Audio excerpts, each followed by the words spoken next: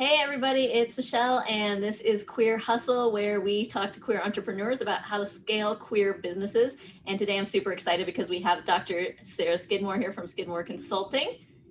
You want to introduce yourself? All right. Hello. Yeah, I'm stoked to be here. I am the owner of Skidmore Consulting, and so I am a leadership doctor and consultant. And so, what exactly does that mean? That means I help organizations develop their people to maximize the potential of their talent to ultimately help their business meet whatever goals that they have in place.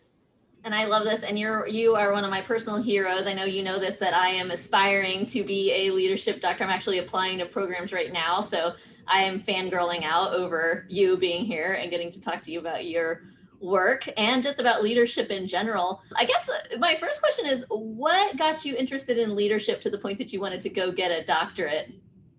Yeah, I love this question because my undergrad and my master's and my work experience up until I started doing what I do now is in professional marketing. And so did a lot of global marketing management, brand management, things along that line in the B2B space. And what I saw from different organizations that I either worked with or had colleagues at other organizations, I really saw there was a need for leadership. And leadership is one of those vague words. What does it mean? We don't really know, but it sounds good to say. And so, really, for me and the experience that I had, I really saw a lot of in these bigger organizations, a lot of teams working against each other or individuals not really feeling fulfilled in the kind of work they're doing, but they're just sort of coming and getting the paycheck. And so, really, that opportunity to not only help businesses grow and achieve what goals they have, but help the people, because the people are who comprise our teams and comprise our organizations. And so that really sparked in me an interest to I want to pursue this further and I want to do what I can to help other people live their purpose in their professional lives. Absolutely. I love that you're bringing it to the people piece because we think of leadership as how we interact with others, but anyone that studies leadership knows first rule of leadership starts right here, right? We have to lead Yeah. ourselves before we can lead anybody else. And how uncomfortable it is when you're interacting with life professionally or outside of work, and you're not really comfortable in your own leadership. Talk to us about that.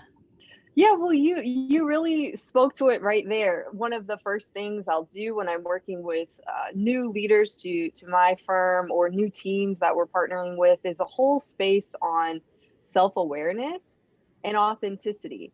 And there's this space where we can't truly be our authentic selves in our professional lives and spaces if we're not first aware of who we are, who we want to be, what our purpose is, things like that. And so, the same is true within our leadership roles in organizations. Again, whether it's a positional role or whether you just have leadership innate within who you are and you've developed those skills with your team members, we really have to make sure, okay, what am I doing? Who am I? What are my values? Is there alignment here?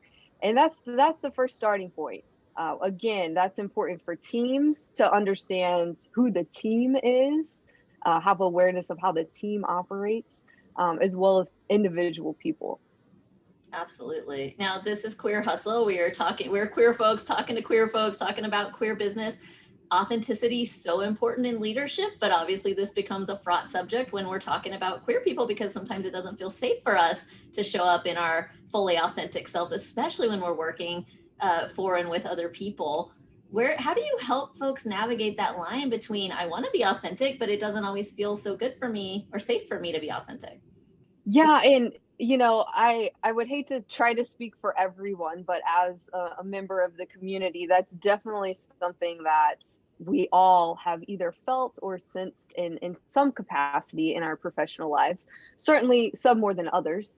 But I think what's really important when it comes to leadership is first, having what we mentioned before, that self-awareness, but as a leader, what is the culture that you are setting with your team? What is the model for how you foster relationships, how you foster a safe environment.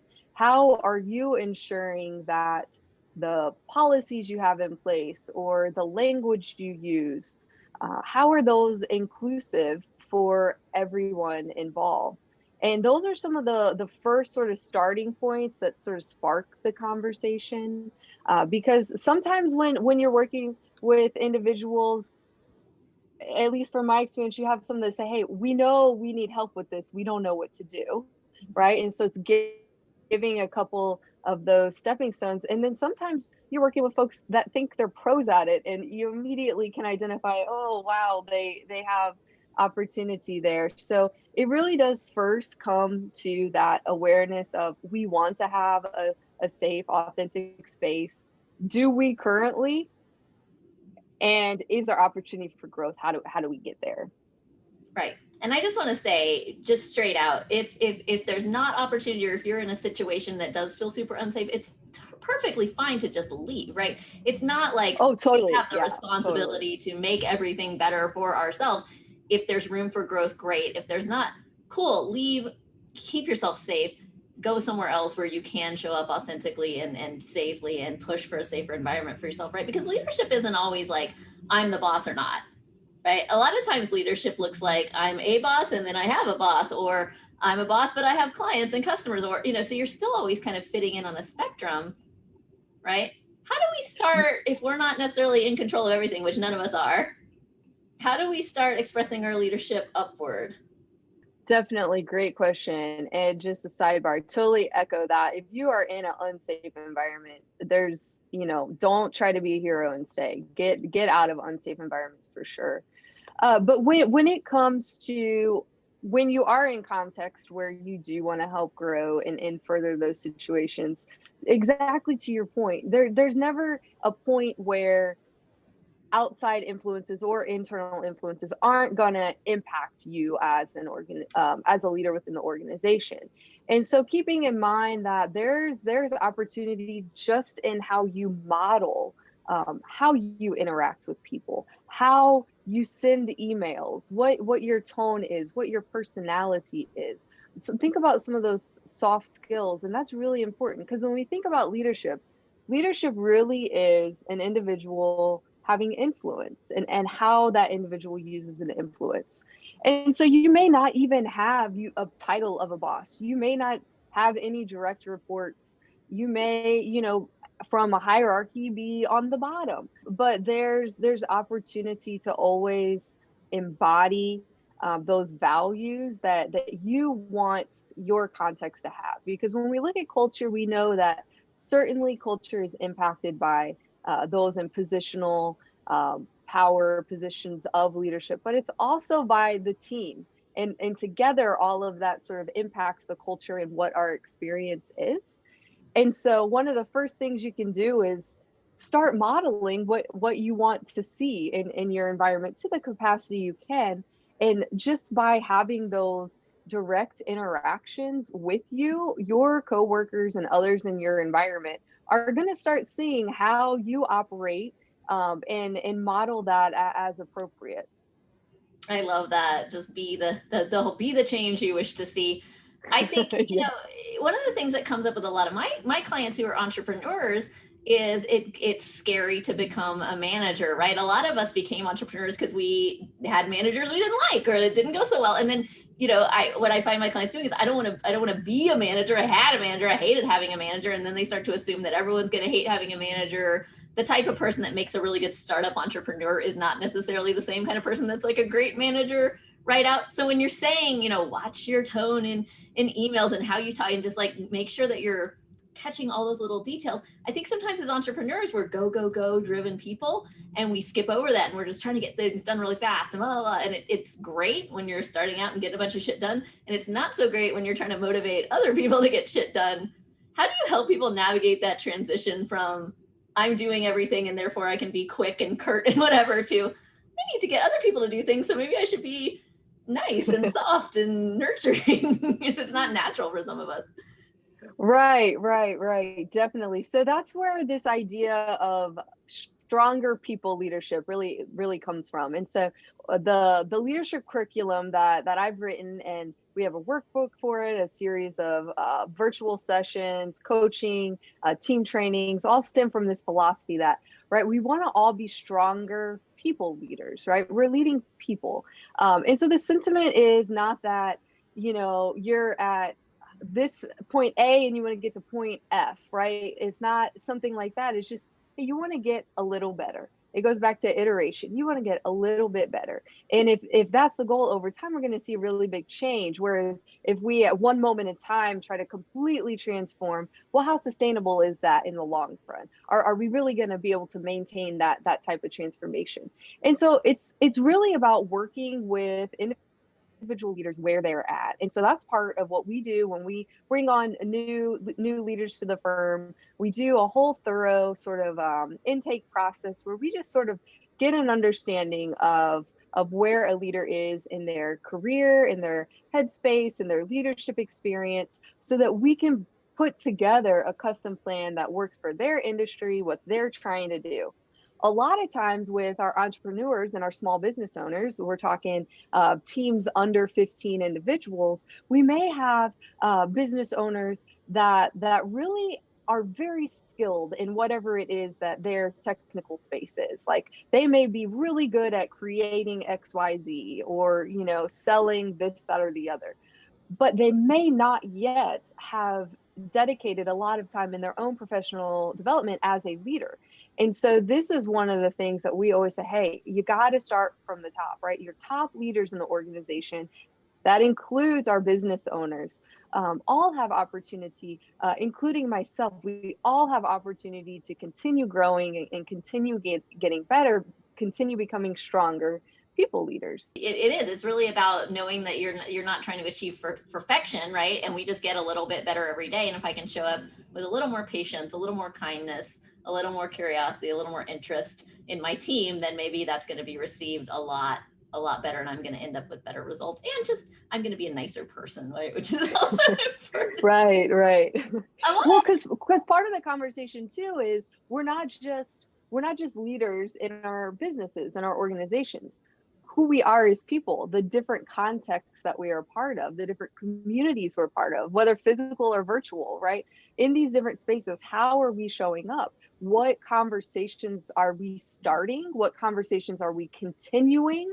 Are those really aligned with our values and the good we want to bring? That's one of the first questions that I talk to when I talk to new prospects or our new colleagues that I haven't worked with yet is, what good do you bring to the world, or what good do you hope to bring to the world?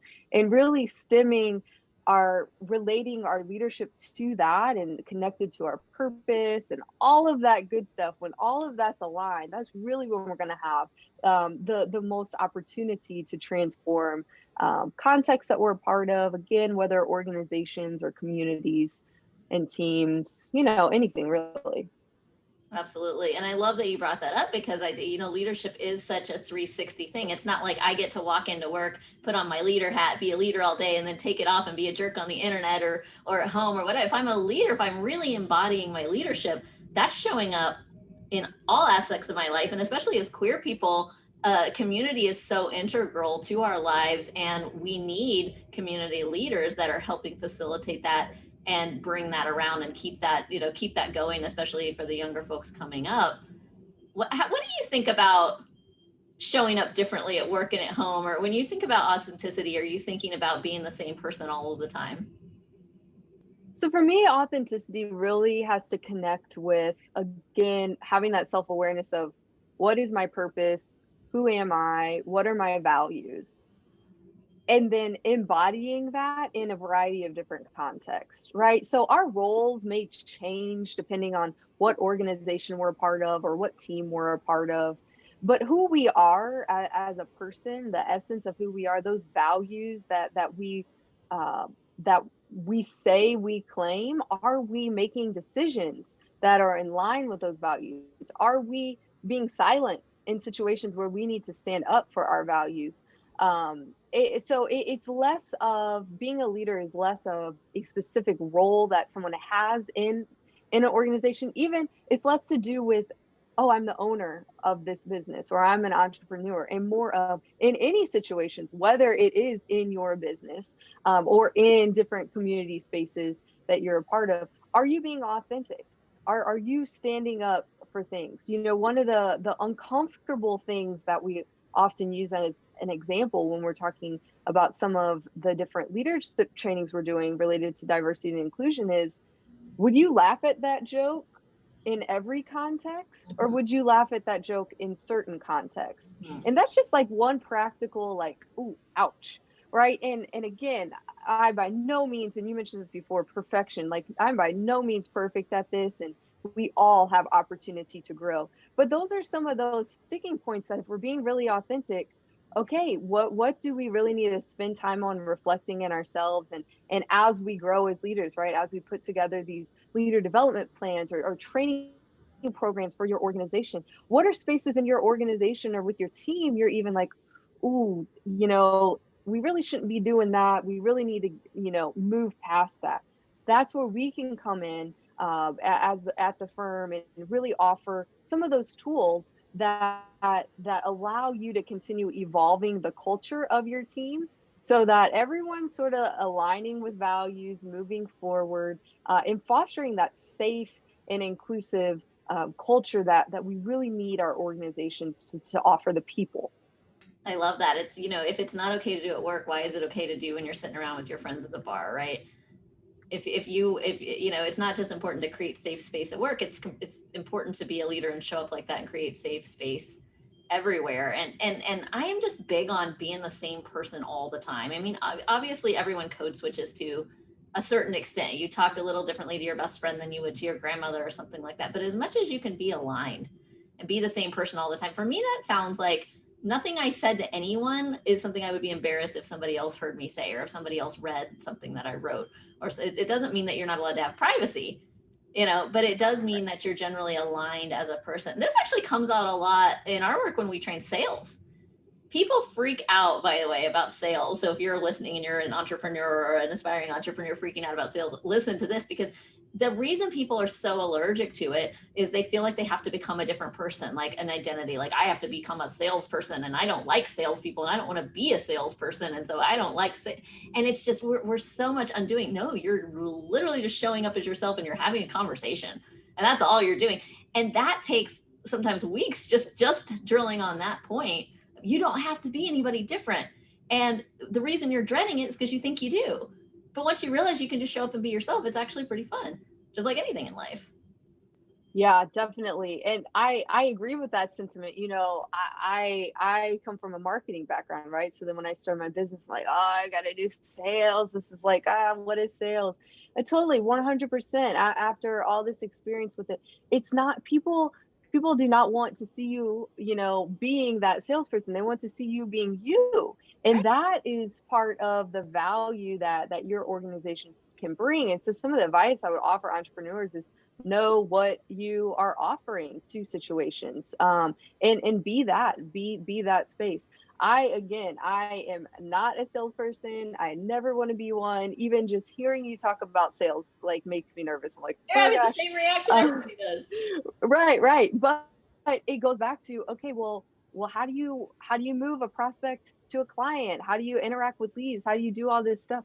You be who you are. Yeah. And that's what they want to see, is who you are, and that's what's going to help you get business, not faking being something you're not. And I have a direct experience seeing that it works when you be yourself, because I don't know how to be a salesperson. So I know how to be a salesperson, and it works when you be yourself. That is the trick. I mean, people show up and ask me, what if the client wants this and I want to say this, and then how do I say it? I'm like, just say it. And they're like, what do you mean?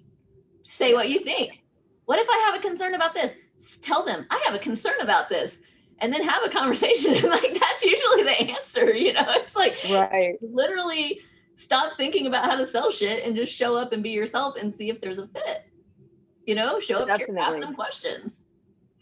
In some of the best advice I got was, again, as we're talking about sales and business development here, some of the best advice I got is if you're going to offer, a service package, whatnot, for a certain price, whatever it may be, you have to live with that decision. And so if you're going to be disgruntled while you're delivering that service, that's not going to be a good experience for your clients. Right. And it's not going to be a good experience for you or your business. So know when to say no, and set up those boundaries. You're allowed to say no. You're the business owner. You can do it. Say no when it doesn't fit the needs and what you're trying to offer, because that's part of one of the piece of advice I also offer entrepreneurs. Is part of it is knowing what you actually want to offer, but knowing what you don't want to offer. Oh yeah. Because more times than not, I get folks reaching out and like, hey, can you do this, that, or the other? And some of it, yes, and a lot of it, no. Our specialty is XYZ, and I'm happy to help you with that, but we're not going to bend to become something we're not. It goes back to alignment and authenticity. And so that is a theme that, especially as a business owner, it comes through in all parts of your business, from prospecting to business development, sales, life cycle clients, you name it. You've got to be authentic across the whole gamut. Yeah, and not bending to what somebody else is coming to expect. I think so many people are taught the customer is always right, the client's always right. I am here to tell you that is not true. If the customer was always right, they already knew everything. They wouldn't need your help. They wouldn't be coming to you. They're coming to you because you're an expert at something that they're not, or you have a product that can help them do something more efficiently, or something. There's something that you have that they need, and that's why they're there, not because they already know how to do it and they're already right about everything. And so people will let themselves be disrespected. I just wrote about this today, so I'm like on a thing about this. People will let themselves be disrespected in business in ways that they never would in life.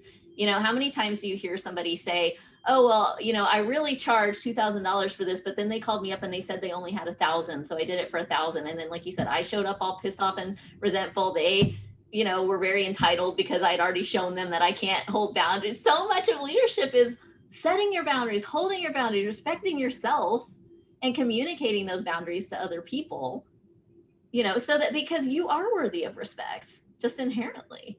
And that doesn't go out the window just because you're in business. Definitely. And all of this, this theme all goes back to that first step of self-awareness and authenticity, right? You can't set boundaries if you don't know what boundaries you want to set. If you don't know what your values are. And again, and this is true for individuals as leaders, this is true of teams, and this is true of organizations as a whole. Set boundaries. What are your organizational values, and what are boundaries you set around what your organization will be part of? One of the things that again, from an illustration point of view, from organizations, a lot of times, one of the key ways to do this is, a lot of times businesses are asked to donate, right? Oh, come donate to this cause or that cause, or, get your corporate social responsibility up. You can, spend money here or there, or whatever. Well, think about what values do those organizations have, and does that align with what your organizational values are? And you can say no, right? And I would even caution you to look for those organizations that do align, and you reach out to them. Again, if it's from donating in-kind services, if it's from giving money to an event that's coming up, whatever it may be, make sure that where you're investing your time and your money is an organization that aligns with your boundaries. And that's especially true for our community in particular, because the last thing that you want to do is your organization be investing in some other organization that does not have our best interest at heart. Yeah, absolutely. You got to be fully aligned top to bottom. And that's what living leadership looks like. It's not just about the stuff that people can see either, the stuff that people might find out about.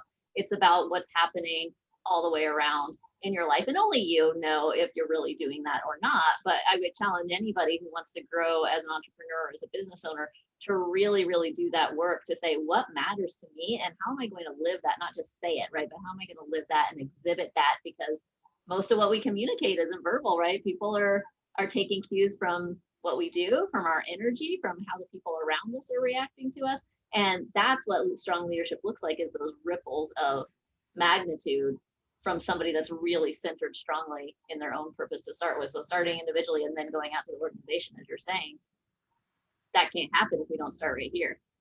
Right? Exactly. Yep. What would you say, because a lot of people listen to this, especially a lot of queer folks that have not started a business yet, but like really want to and are looking for role models, looking for people that look like them that have started businesses. What would you say to somebody who's on the fence about whether or not to start something or not? So I love this question ever since on Netflix, Fortune's Netflix special Sweet and Salty came out, because there's a part. So do you know who Fortune is? She's a comedian. No. Okay, you've got to, everyone watching has to go to Netflix and watch. It's Sweet and Salty. And Okay. in there, she has a line in one of her in, I guess, part of her set that says representation matters. And that is so important, because if you are trying to enter a space, start a business, start an organization, and you maybe feeling a little bit like, oh, well, no one quite like me with my identity does this or has done this, or can I do it, or whatever. Do it. That's all the more reason to do it, because representation does matter. And yes, representation's only a step, right? It's not complete progress, but it's an important step, because just by existing in that space, you don't know who all is going to see you in that space and see, hey, it's possible, right? Look at our vice president. We have a female identifying vice president right now. That is awesome representation, right? And so think about that in your own space and what industry you're in the business that you're trying to start, or you're trying to make be a success. Representation alone is one really good reason to start. It may not be all the reasons, but it's a good one. No, and I love it, because I think people are looking at it sometimes and saying, well, I don't see anybody like me. And well, that's all the more reason to go be that person, so that somebody else can turn around and say, I do see somebody like me. It's you, right? Definitely. So somebody's got to be a pioneer. Why not us, right? Why not you? Yep, totally. Love it. Dr. Sarah Skidmore, thank you so much for being on with us today. Always a pleasure and an honor. And for the rest of you, we will see you next time on Queer Hustle. Thanks for listening. Bye.